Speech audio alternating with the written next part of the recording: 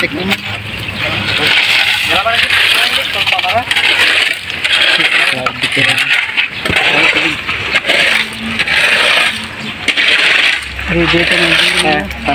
Sira na ka butil ka ano?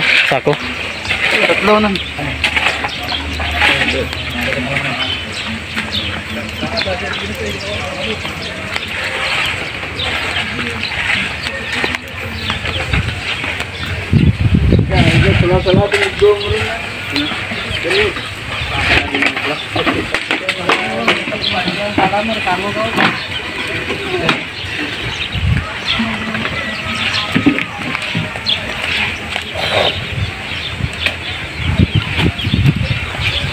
Hai Anay.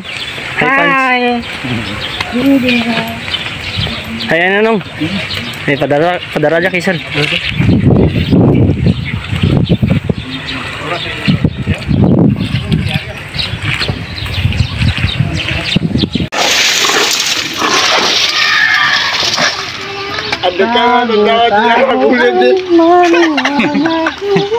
Ada ka masih minta.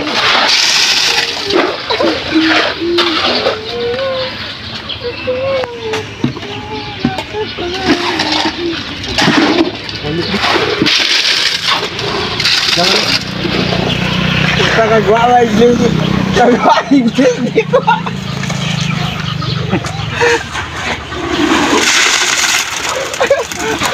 You know?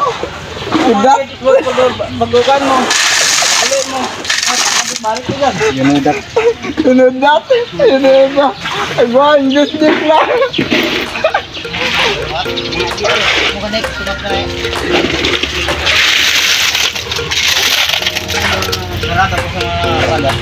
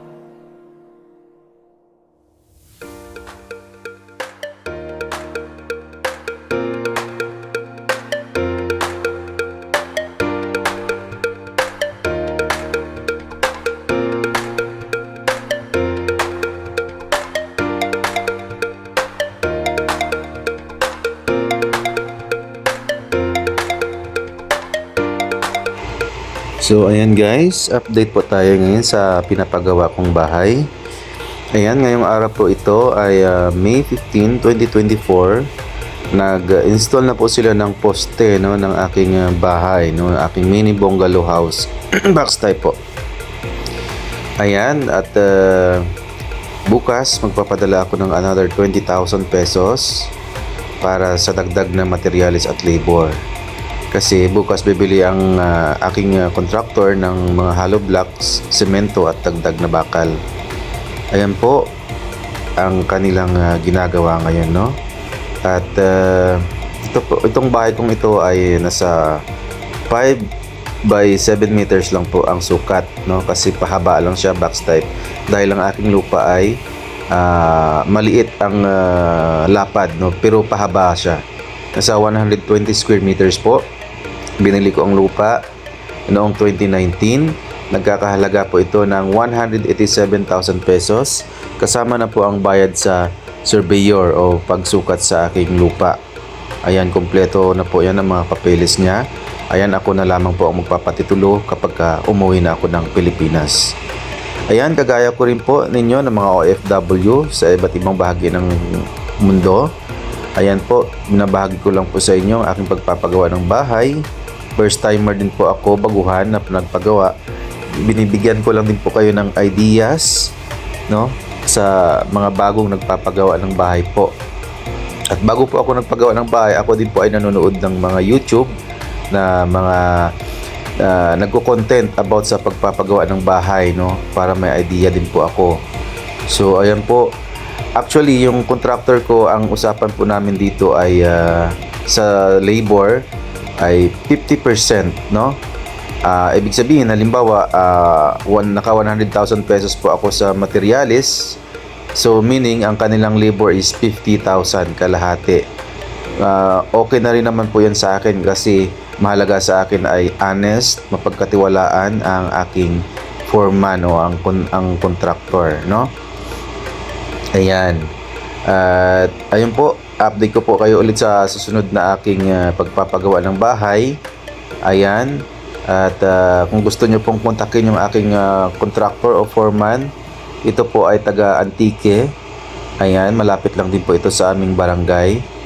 Ayan po, ilalagay ko po ang kanyang Facebook account, no, sa description ng aking YouTube channel o sa video na ito sa ibaba para makontak nyo po siya kung sakali. Ayan, ito pong foreman ko ay mapagkakatiwalaan po ito talaga. Kinilatis ko po siyang mabuti bago ko ako nagpatuloy sa kanya, no. Ayan, so inaasikaso po niya talaga, todo asikaso siya lahat, no. At malalaman po natin bukas kasi araw-araw po ako humihingi ng update sa kanya. At bukas magbibigay siya ulit ng mga bagong resibo na pamimili po, no, ng aking mga dagdag na materyales. Ayan. So sa muli po, maraming salamat. Huwag pong kalimutan mag-subscribe, like and share po. Ayan, para at click niyo na rin po ang bell button para ma-notify po kayo sa ating mga susunod na video. Ayan, titignan po natin kung magkano ang aabutin nito sa aking ground floor. Ground floor muna pinauna ko kasi may second floor po ito. Ayan, tignan po muna natin kung magkano ang aabutin niya sa fully finished sa ground floor, no. Ayan, i-update ko po kayo palagi. Maraming salamat pong muli at God bless you po. Ako po si Kaagapay Von, isang OFW dito sa bansang Jeddah, Saudi Arabia. Maraming salamat pong muli at God bless you sa ating lahat.